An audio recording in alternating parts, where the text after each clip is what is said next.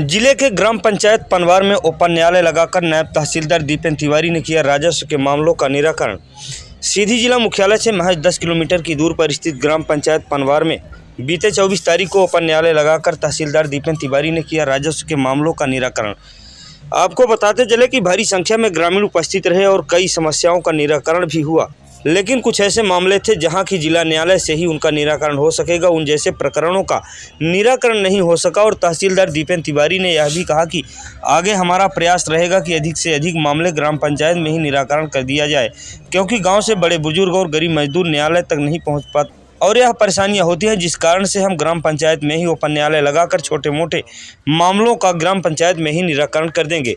नायब तहसीलदार दीपेन तिवारी ने मीडिया से रूबरू होते हुए उक्त जानकारी दी है। जबकि वहीं ग्राम पंचायत के सरपंच वीरेंद्र सिंह नन्हे मीडिया साथियों से बातचीत में कहा कि हम अपने ग्राम पंचायत को निरंतर विकास की ओर अग्रसर करने का प्रयास कर रहे हैं, आगे भी प्रयास रहे। हम सरपंच रहें न रहें, लेकिन ग्राम पंचायत के द्वारा चलाई गई योजनाएं जीवंत रहना चाहिए, क्योंकि यह योजनाएं गरीब, शोषित, पीड़ित और एक अच्छे समाज के निर्माण के लिए चलाई जा रही। वैसे भी ग्राम पंचायत पनवार चौहान को इसके पहले प्रधानमंत्री अवार्ड से नवाजा गया है। निरंतर एक बेहतर विकास की ओर बढ़ एक नित नई योजना चलाकर एक अच्छा संदेश देने का काम किया है, जहां सास और बहू को बीते 26 जनवरी को ग्राम पंचायत के द्वारा सम्मानित भी किया गया, जिसके लिए आए दिन सास और बहू में झगड़ा समाज में चलता रहता है, जिस झगड़े को समाप्त करने के लिए प्रोत्साहन राशि से प्रोत्साहित करके समन्वय बनाने का काम किया है। ऐसे ही पीएम आवास जैसी शासन की योजनाओं का लाभ गरीब, शोषित, पीड़ित आम जनता को भी भरपूर दिलाने का प्रयास इन्होंने किया, जिसका जीता जागता प्रमाण यह आम जनमानस के सामने है। अच्छे काम के बदौलत प्रधानमंत्री अवार्ड से ग्राम पंचायत को नवाजा गया। सीधी से संवाददाता पुष्पेंद्र विश्वकर्मा की रिपोर्ट।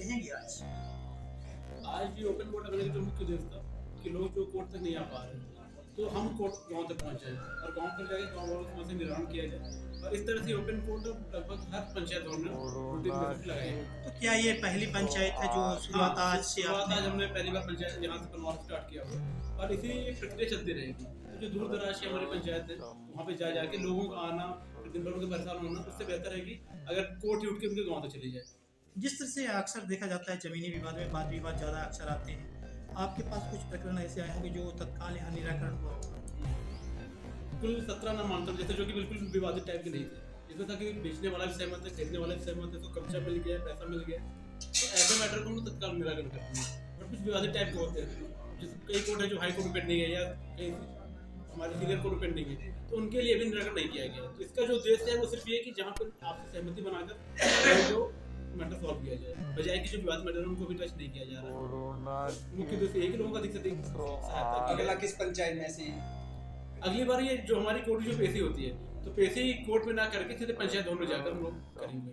स्पेशली इसका टारगेट मेरा दूर दराज के इलाके, जैसे करवाई हो गया, डोरकुठार हो गया, वहाँ से 30-35 किलोमीटर दूर एरिया है, वहाँ से लोग आते हैं और कई बार पेशी में नहीं बैठ पाया, किसी कारण से वो खाली हाथ लौट जाते हैं। तो उनकी परेशानी को दूर करने के लिए हमारा मुख्य उद्देश्य ये है, और इसमें कलेक्टर साहब का भी यही निर्देश है कि आप गाँव-गाँव जाकर उनकी समस्या का निराकरण करें, बजाय कि वो यहाँ पे आए फिर लौटे, तो हम लोग ही जाएंगे। शहर में कहीं पंचायत में अक्सर जैसे वृद्धा है, निराश्रित, विकलांग है, तो खाद्यान्न की भी अक्सर जो शिकायतें होती रहती है कि चोरी भी होती रहती है, तो इस ओर भी ध्यान दिया जा रहा है सर? हाँ, अभी तो जैसे आज ही की बात करें तो कई सारे लोग बीपीएल के लिए आवेदन किए थे, कुछ का आईआरडी में पेंशन के लिए अप्लाई किए थे। तो इससे ये सिर्फ राजस्व कैंप बनकर नहीं रह जाएगा। राजस्व कैंप तो इसका मुख्य उद्देश्य है, साथ ही साथ जो भी जन समस्या एक निराकरण अपन कर सकते हैं। तो वहाँ की चीजें भी आई हुई है, धीरे-धीरे जैसे अपन करते जाएंगे आगे। क्या नाम है? गौतम प्रजापति। गौतम प्रजापति। अपना की समस्या यही ना है? यही समस्या हमारा। क्या एकड़ की जमीन है अपना? वार्ड नंबर 5 की एकौनिया वो जो कब्जे में है लागू है जो। अब जो मानो पट्टा उट्टा कुछ नहीं, घर बनावे कुछ नहीं है? जहाँ घर बनाए हैं कब्जे वाले में है उतने हैं। पट्टा उट्टा मिल गया कि नहीं मिला? नहीं मिला है। अपना बच्चे कहाँ न्याय चाहिए थी? आज जैसे कोर्ट में पहुंचे पनवार चौहान टोला में सिविल कोर्ट लगाई गई है नायब तहसीलदार के द्वारा, तो कहाँ चाहिए थे अपना? हम यही चाहिए कि हमारा जहाँ है तहाँ मिला चाहिए, आवाज़ हो जाए।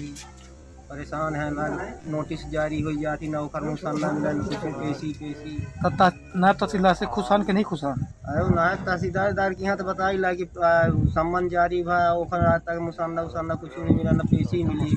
अब कहिए का जान पेशी नहीं मिली, आदेश हो जाता है कि आज हम लिखेंगे तो घर गिर जाएंगे, धड़ से हो जाएगी। तो अपना बच्चे के बाद क्या कदम उठाओ? कोनो में कदम उठाओ? अब कौन कदम उठाई के लड़ाई तो हम अजय नहीं लड़ सके सन। कानूनी प्रक्रिया लड़ाई लड़े कानूनी प्रक्रिया से साहब लड़ सके थे, अगर आज का वैसा बल के माथे लड़ाई हो तब फिर आज तक ऐसा हो गई। समुदाय भवन कार्यालय ग्राम पंचायत पनवार चौहान टोला में आज शिविर कोर्ट लगाया गया है। नायब तहसीलदार दीपेन तिवारी आज पहुँचे हैं, तो किन किन प्रकरणों का सुनवाई किया जा रहा है पंचायत भवन में? जितने प्रकरण हैं अलीगढ़ नामांकन किलादी दाखिल खारिज और तेज बोली कर रहे हैं। जो न्यायालय में प्रकरण उनके न्यायालय में विचाराधीन तो उनका भी निराकरण यहीं के लिए। जो नायब तहसीलदार के कोर्ट में शिविर में प्रकरण चल रहे हैं उनको निराकरण करने के लिए पनवार चौहान टोला में शिविर लगाई है।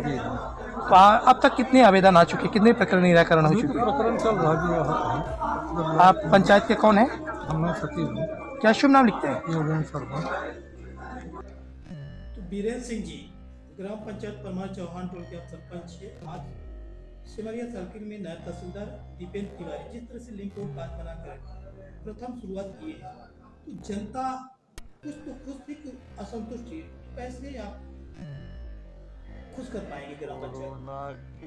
हमने देखा जब कि भारी समस्याएं रहती हैं गांव में, ज़्यादा विवाद का कारण जमीनी विवाद है, तो हमने सोचा कि अपने गांव का विवाद खत्म करने के लिए क्या किया जाए, कैसे विवाद खत्म हो और विवाद मुक्त ग्राम पंचायत को बनाना चाहते हैं। इसके लिए मैंने प्रयास किया कि सबसे पहले तो तहसीलदार से बात की जाए, और तहसीलदार से बात करने पर ये हुआ कि चलिए हम आपके गांव में ही चलते हैं और आपके गांव में चल करके हम वही समस्या का निराकरण करेंगे, जो समझौता योग्य होगा तो समझौता कराएंगे, और ज़्यादा से ज़्यादा प्रयास करेंगे। नामांतरण, बंटवारा और सीमांकन, ये सब लंबित प्रकरण हैं, उनके यहाँ 10-10 साल केसियाँ चलती हैं। गरीब लोग जाते हैं और जा करके कभी तहसीलदार मिलते नहीं, कभी मिले तो। बीरेन्द्र सिंह जी, हम सवाल ये है कि जनता को आप कैसे संतुष्ट कर पाएंगे? ये तो ठीक है कि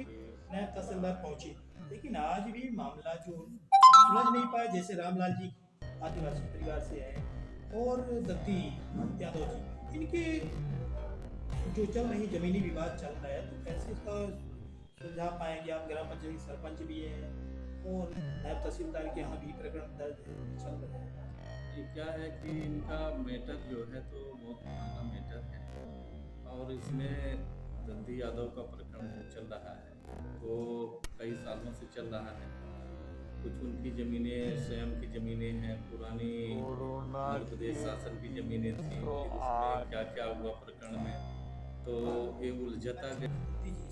लगभग विकेट जो है तो 5 एकड़, जबकि उनकी मूल जमीन 1 एकड़ से ऊपर है, लगभग बता रहे थे रामलाल जी और प्रजापति जी।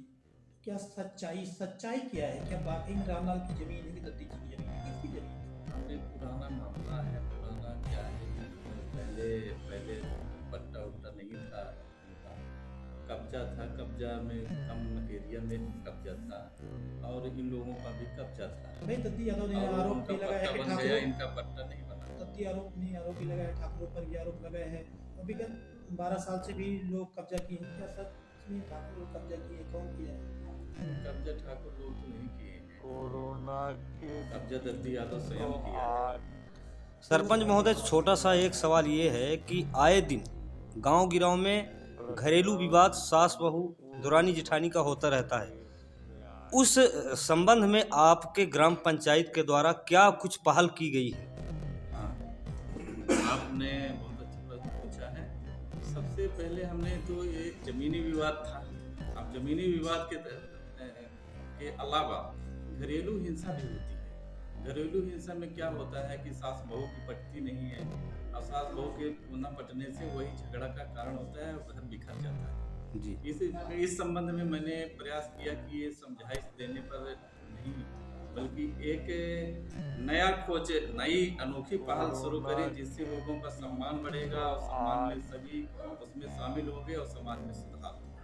तो सास बहू की उपयोगिता के लिए मैंने इनके सम्मान के लिए कि जो सास ससुर की सबसे ज़्यादा सेवा बहू करेगी, उसको लिए मैं 5100 रुपये पुरस्कार से गणतंत्र दिवस और 15 अगस्त के उपलक्ष्य में मैं इनको सम्मानित करूँगा। तो जो बहू सबसे ज़्यादा सेवा करेगी सास ससुर की, उसको सम्मान के रूप में पूरे गांव के बीच में उसको सम्मानित किया क्या जाएगा 26 जनवरी में ताकि आप- समाज में उसका सुधार क्या हो सके। 26 जनवरी में ऐसी कोई महिला है जिसको आपने सास और बहू को भी सम्मानित किए हों? हाँ, इसी 26 जनवरी 22 में हमने पिछले एक महीने के 26 जनवरी में राजकुमारी यादव, पति राज बहादुर यादव और ससुर का नाम है शिवनाथ यादव, और शिवनाथ यादव की बहू को 51 रुपये से हमने पूरे